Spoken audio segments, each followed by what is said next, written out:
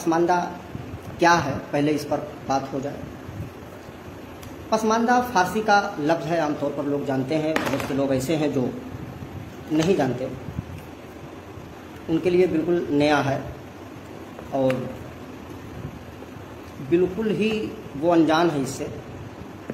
तो इसलिए मैं शुरुआत वहीं से करना चाहता हूँ कि पसमानदा लफ्ज़, पसमानदा है क्या। दरअसल पसमानदा फारसी का लफ्ज़ है जिसके माने है पीछे छूटा हुआ या पीछे छूटे हुए लोग।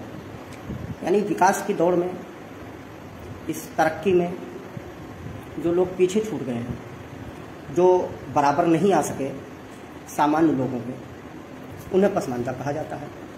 ये इसका लफ्ज़ी माना है। लेकिन चूंकि जानते हैं कि कुछ लफ्ज़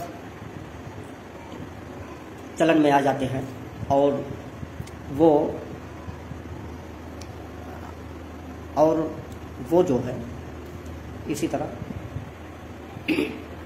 अपना माना भी कभी कभी, और अल्फाजों के बारे में ये आमतौर पे सभी लोग जानते हैं। इसमें मुझे लगता है कहने की ज़रूरत नहीं कि अल्फाज अपने असल माना में शायद अक्सर इस्तेमाल नहीं होते, वो एक बन जाता है उनका मफ़हूम, लोग उसी माना में इस्तेमाल करते हैं। जैसे इंतकाल लफ्ज़ है, एक जगह से दूसरी जगह मुंतकिल होना है, ट्रांसफ़र होना है। लेकिन जब आप किसी के बारे में बोलते हैं कि इंतकाल हो गया, तो आदमी समझ जाता है कि उनकी मौत हो गई। बहरहाल, तो पसमानदा लफ्ज़ का लफ्ज़ी माना जो पीछे छूटे हुए, जो पीछे छूट गया हो, पीछे छूटे हुए लोग हैं इन्हें। लेकिन हम जो पसमानदा लफ्ज़ इस्तेमाल करते हैं उसे आप आज का अगर आप माना पहुँचाएं, आप OBC, SC ST, कोई भी पिछड़ा समाज उसमें इस्तेमाल होता है, आमतौर पे किया जाता है। तो मैं बात शुरू करता हूँ कि पसमानदा में वो लोग आते हैं जिन्हें संविधान ने संवैधानिक रूप से पिछड़ा माना, जिन्हें OBC माना, SC और ST माना।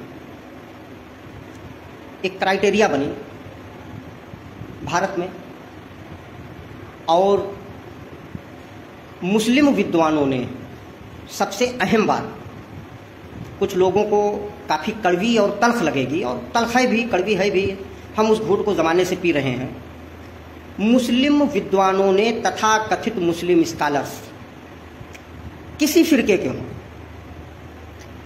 अहमद रज़ा खां साहब हों, मुफ्ती अहमद यार खान साहब हों, अशरफ अली थानवी साहब हों, वो देवबंद के हों, बरेलवी के हों, अहले हदीस के, सभी फिरकों के आलिमों ने, मुस्लिम स्कॉलर्स ने, विद्वानों ने मुसलमानों की जो 3 कैटेगरी में, जिन्हें अजलाफ और अर्जाल कहा है, उन्हें पसमानदा कहा जाता है, उन्हें हम पसमानदा मानते हैं। तो मुस्लिम विद्वानों के अनुसार जिन्हें अजलाफ अर्जाल कहा गया, नीच, निकृष्ट, कमीना कहा गया, जिनके बारे में ये भी तस्वूर किया गया कि इनको इल्म से दूर रखो, तरह तरह की कहावतें बनाई गई। मुस्लिम पीरियड तथा कथित मुस्लिम हुकूमत, जो दरअसल अशराफ हुकूमत थी, मुस्लिम हुकूमत नहीं थी, उस पीरियड में भी हमको अजलाफ अर्जाल कहा गया। आज संवैधानिक भाषा में हमें OBC, पिछड़ा, अति पिछड़ा, SC ST कहा जाता है, उन्हें पसमानदा कहा जाता है। तो पसमानदा, मेरे ख्याल से चीज़ क्लियर हो गई कि पसमानदा क्या है। अब पसमानदा आंदोलन की ज़रूरत क्यों पड़ी? मुल्क आज़ाद होता है, मुल्क आज़ाद होने के बाद संविधान वजूद में आता है। संविधान SC को और ST को रिजर्वेशन देता है, और कुछ ऐसी जातियों को जिन्हें आयोग द्वारा चिन्हित करना था कि कौन पिछड़ी हुई हैं, उनको रिजर्वेशन के लिए एक आयोग गठित करने की बात की गई, और उनको फिर आरक्षण की बात की गई, रिप्रेजेंटेशन के लिए उनकी बात की गई। तो आयोग बनने में, बैठने में, और बैठे रिपोर्ट दी, उसमें लागू होने में 40 साल लग गए, 40-45 साल लग गए। बहरहाल मंडल के बाद वो मंडल कमीशन, और फिर आरक्षण मिला OBC को। तो मंडल ने OBC में जिन लोगों को रखा, उसमें ठीक ठाक जातियाँ मुसलमानों की थी। उन्होंने सर्वे किया, अपनी रिपोर्ट दी, उन जातियों को पिछड़ा माना, क्योंकि उनकी आबादी के तनासुब में, जैसे अंसारी हैं, मंसूरी हैं, कुरैशी हैं, फ़कीर हैं, मेहतर हैं, सामानी हैं, पवैया हैं, तमाम बिरादरियाँ, शेख सैयद, मिर्ज़ा, मुगल, पठान जैसी कुछ बिरादरियों को, ज़ातों को छोड़कर कहा ये पिछड़े हुए हैं, हर क्षेत्र में पिछड़े हुए हैं, इनको रिजर्वेशन मिलना चाहिए। तो ओबीसी में रिजर्वेशन मिला। उसके बाद बहरहाल आरक्षण की ज़रूरत मुस्लिम शब्द पर इस तरह से राजनीति की गई कि हमेशा जैसे कोई भी चुनाव होता है, आप देखते होंगे कि एक प्रोपेगेंडा चलाया जाता है, एक न्यूज़ चलाई जाती है, किसी के जरिए चलवाई जाती है कि मुसलमानों को टिकट नहीं मिला, मुसलमानों को रिप्रेजेंटेशन नहीं मिला, मुसलमानों को टिकट इस पार्टी ने कम दिया, मुसलमानों को टिकट दिया नहीं जा रहा है, मुसलमानों को हिस्सेदारी मिल नहीं रही है, इसी तमाम बात। ठीक, बिल्कुल मिलना चाहिए, लेकिन क्या वाकई में सारे मुसलमानों को हिस्सेदारी नहीं मिल रही है? अशफाक हुसैन अंसारी साहब एक एमपी, मैं बहुत ज़्यादा तैयारी नहीं कर पाया, चूँकि मैं सफ़र से आया हूँ और मुश्किल से 10-15 मिनट हुआ तो बैठ गया, तैयारी बहुत ज़्यादा नहीं कर पाया, तो कुछ बड़े जो जहन में मेरे आ रहे हैं आंकड़े, मैं वो बताता जा रहा हूँ, जो बातें आ रही हैं। तो अशफाक हुसैन अंसारी साहब एक एमपी, इन्होंने एक आंकड़ा इकट्ठा किया कि पहली लोकसभा से लेकर 14वीं लोकसभा तक, राज्यसभा को निकाल दीजिए, सिर्फ लोकसभा के एमपी, पहली लोकसभा से लेकर 14वीं लोकसभा तक कुल 7500 सांसद हुए थे। 7500 सांसद पहली से 14वीं तक। ये चीज़ आप बहुत गौर करेंगे कि पहली लोकसभा से लेकर 14वीं लोकसभा तक टोटल 7500 एमपी भारत में हुए थे। और 2001 की जनगणना के अनुसार, उस टाइम 2001 की जनगणना मौजूद थी, उस आंकड़े के अनुसार 13.4% मुसलमान भारत में था। 13.4%। तो इस लिहाज से मुसलमानों की अगर आबादी के अनुपात में रिप्रेजेंटेशन मिला होता तो 1000 एमपी होते, लेकिन हुए टोटल 400। 7500 जो एमपी हुए, तो आबादी के अनुपात में मुसलमानों के 1000 एमपी होने चाहिए थे 7500 में, 13.4% के तनासुब में, लेकिन हुए सिर्फ 400, यानी 600 कम हुए जो मुसलमानों को रिप्रेजेंटेशन मिलना चाहिए। कहा गया कि मुसलमानों को नहीं मिलता, बिल्कुल सही बात है, लेकिन 13.4% जो मुसलमान हैं, 1931 में चूंकि जात आधारित जनगणना हुई थी, उसके बाद जात आधारित जनगणना नहीं हुई, तो जो भी आंकड़े दिए जाते हैं वो 1931 के जात आधारित जनगणना के आधार पर ही जातियों के ब्यौरे निकाले जाते हैं। तो जिन जातियों को मंडल ने ओबीसी में माना, जिन जातियों को माना ओबीसी में मंडल ने, उन जातियों की 1931 की जनगणना के अनुसार 13.4% में 11.3% आबादी होती थी, जिन्हें हम पसमानदा कहते हैं, 11.3%। और जिन्हें अशराफ कहा जाता है, सवर्ण मुस्लिम जनरल, उनकी 2.1% आबादी थी। अब 2.1% आबादी अशराफ की, 11.3% पसमानदा की, टोटल 400 मुस्लिम एमपी हुए, जबकि आबादी के अनुपात में अगर रिप्रेजेंटेशन मिलता तो 1000 होते, लेकिन 2.1% वाला अशराफ 340 एमपी हुए, यानी अपने आबादी का डबल। 2.1% आबादी वाला अशराफ 400 में 340 एमपी हुआ, और 11.3% वाला पसमानदा सिर्फ 60 एमपी हुए, यानी 0.08%, 1% भी नहीं हुआ। तो मुसलमानों का रिप्रेजेंटेशन जहां 1000 होना चाहिए था एमपी, वहां 400 हुए, लेकिन क्या मुसलमानों का रिप्रेजेंटेशन कम हुआ? क्या मुसलमानों को आबादी के अनुपात में नहीं मिला? 2.1% वाला तो 340 पाया, 11.3% वाला सिर्फ 60 पर अटक गया, 1% भी नहीं पाया, 0.8% आया। तो मुस्लिम रिप्रेजेंटेशन कम है, मुसलमानों को हिस्सेदारी नहीं मिलती। जब ये बात कही जाती तो अशराफ उसका लाभ उठा लेता। आबादी, हिस्सेदारी तो पसमानदा की मारी गई, हिस्सेदारी पसमानदा की मारी गई। तो ये इस पर बात नहीं करते, कहते हैं मुसलमानों में जात नहीं है, बिरादरी नहीं है। अरे भैया, सारे फिरकों के आलिमों ने हमको रजील लिखा है, कुछ ने तो लिखा हमारे पीछे नमाज़ ही नहीं होगी। आप कहते हो जात ही नहीं है। सैयद जिया बरनी को कभी पढ़िए, जियाउद्दीन बरनी साहब को। इल्तुतमिश ने निजामुल मुल्क जुनैदी को अपने वजारत के ओहदे से सिर्फ इसलिए हटा दिया था कि उसको पता चल गया था कि ये इसका दादा जोलाहा था, जबकि बहुत काबिल आदमी था। और उसने अपने, जब उसको पता चला कि जोलाहा है, मेरा वजीर, उसको हटाया। उसके बाद उसने जांच बैठाई कि छोटी जात के कौन कौन लोग हैं। तो 33-34 लोग निकले छोटी जात के पदाधिकारी, जो उस टाइम अधिकारी थे उसकी सल्तनत में, उनको हटा दिया। बलबन ने जांच बैठाई, उसने निकाला और कहा कि जब मैं छोटी जात के आदमी को देखता हूं मेरी नसों का खून दुगनी रफ्तार से दौड़ने लगता है। ये तो हुक्मरान थे और आप कहते हो 800 साल मुसलमानों की हुकूमत थी, अशराफों की थी। अब आप कहते हो मुसलमान थे। चलिए ये हुक्मरान थे, इनकी अपनी। लेकिन विद्वानों ने, मुस्लिम विद्वानों ने, उलमाओं ने हमको रजील लिखा, अजलाफ लिखा, अरजाल लिखा। और एक चीज, जातियां किस तरह काम करती हैं आप इसका अंदाजा लगाएं। कितनी असरदार है जातियां, आप अंदाजा लगाएं। आप हकीकत को कैसे डिनाई कर सकते हैं? जो चीज धरातल पर है, जमीन पर है, आप उस पर इतना झूठ कैसे बोल सकते हैं भाई? एक देवबंदी और बरेलवी में इतनी ज्यादा टशन है, वहाबी में, बरेलवी में, देवबंदी में, कि बरेलवी या देवबंदी में निकाह नहीं होते। कुछ जगहों पर तो अगर निकाह हो जाए तो दोबारा निकाह पढ़ाते हैं। नमाज जनाजा तो ऐसे तमाम वाक़े हुए हैं कि अगर देवबंदी की नमाज जनाजा बरेलवी ने पढ़ ली है, बरेलवी फिरके के आदमी ने, तो दोबारा निकाह पढ़ाना पड़ा। कहा निकाह टूट गया। ये हालात हैं। एक दूसरे मुशरिक और काफिर कह रहे हैं, लेकिन शादियां ढूंढने के लिए बिरादरी देखते हैं।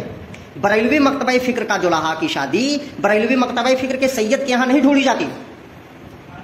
जिसको काफिर कहता है, गुस्ताखे रसूल पर कहता है, उस देवबंदी के यहां अपनी बिरादरी का है तो वहीं जाकर के ढूंढ लेता है, निकाह भले दोबारा पढ़ाना पड़े।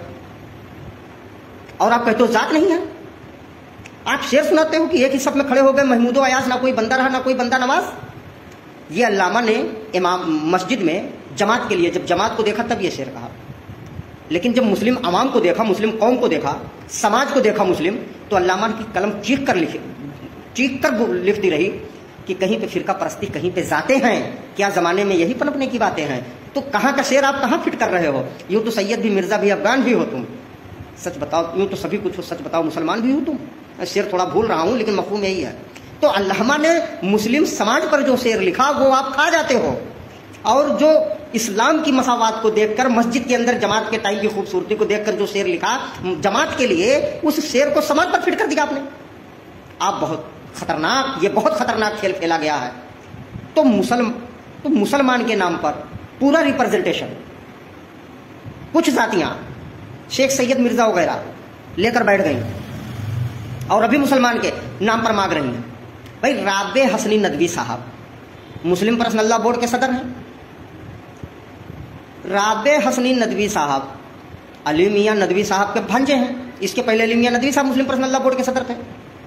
और राबे हसनी नदवी साहब की काबिलियत यह है कि अली मियां नदवी साहब के कोई नरीना औलाद नहीं थी, नहीं तो सदर वो होता जैसे जमीयत में हुसैन अहमद मदनी, अरशद मदनी, असद मदनी, तो महमूद मदनी। अब असद मदनी अड़ गए तो लड़के की जगह असद मदनी, आगे का सदर हम बनेंगे। अब सदारत की जब लड़ाई हो गई तो जमीयत दो फाड़ में हो गई। अच्छा, हमसे कहा जाता है कि मुसलमानों में बंटवारा कर रहे हैं। बंटवारा हम नहीं कर रहे हैं। बंटवारा तो आपने जमीयत का दो हिस्सा कर दिया सिर्फ सदारत के लिए। अब मुस्लिम पर्सनल लॉ बोर्ड के सदर देवबंदिया नदवा के होते हैं। कौन हुए? अली मियां नदवी साहब सैयद, राबे हसनी नदवी साहब सैयद। सेक्रेटरी, जनरल सेक्रेटरी आमतौर पे शिया होते हैं, कल्बे सादिक साहब सैयद। वाइस प्रेसिडेंट फखरुद्दीन अशरफ साहब हैं, बरेलवी मकतबा फिक्र से सैयद। भैया आप रिप्रेजेंटेशन तो सारे फिरकों को देते हैं लेकिन सारी जातियों को नहीं दे रहे। और आप मुस्लिम पर्सनल लॉ बोर्ड अपनी किताब में खुद कुफू पर जात आधारित बातें कहती है और आप कहते हैं जात नहीं है।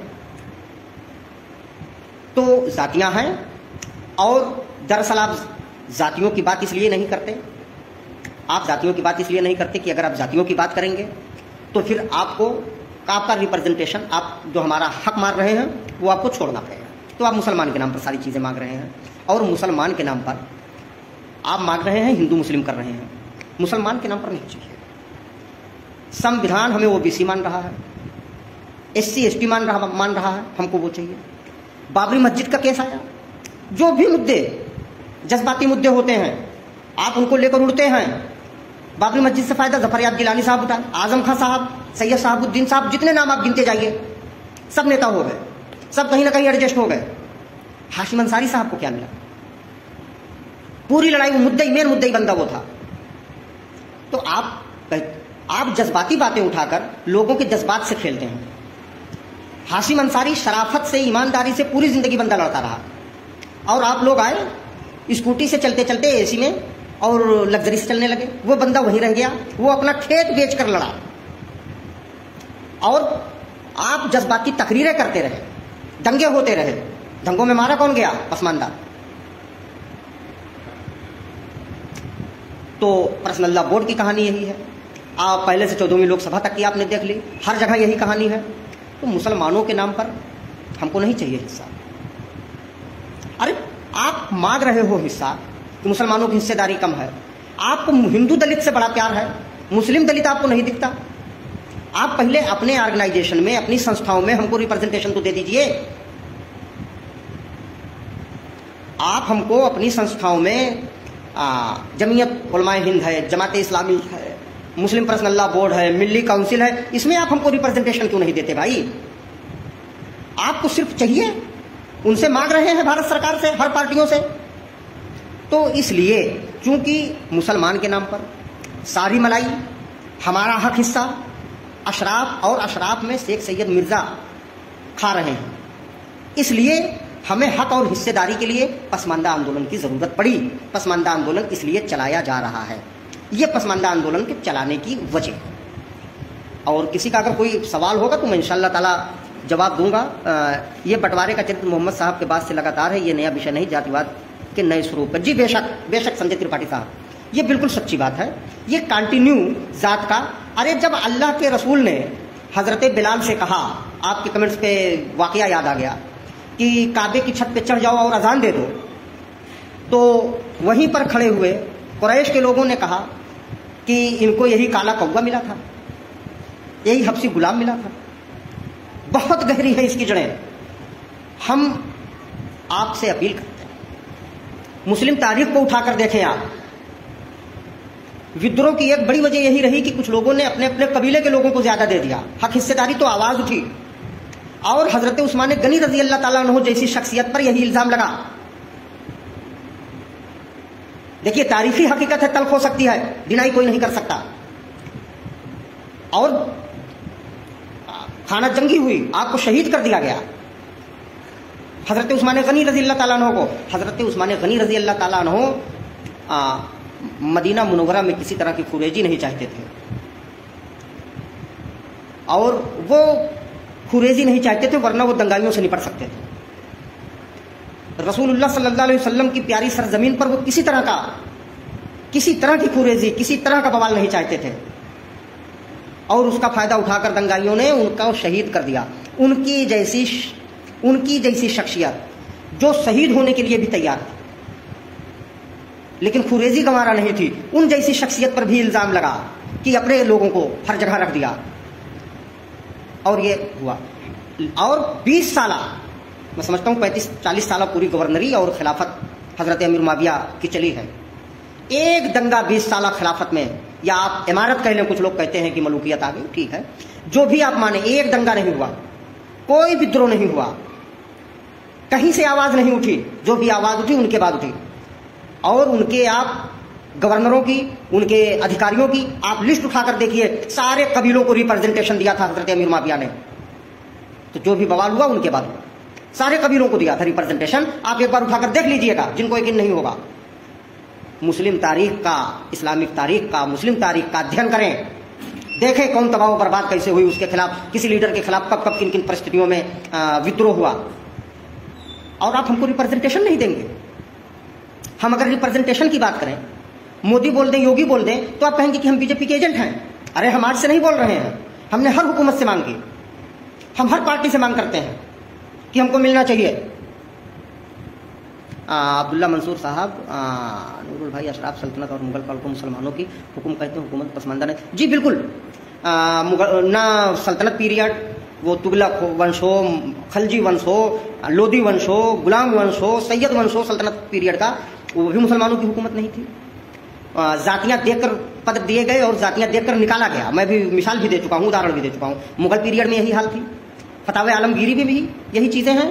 तो बिल्कुल नहीं थी, वो मुस्लिम हुकूमत नहीं थी। हाँ, हमको सीना चौड़ा कराया जाता है हमारा कि हमने 800 साल हुकूमत की, हमारे लोगों को तो पद देख करके, जात देख करके पद छीन लिया गया, तो हमको कहीं पर आपने रिप्रेजेंटेशन नहीं दिया, इसलिए पसमानदा आंदोलन की जरूरत पड़ी हमको। यह है मामला।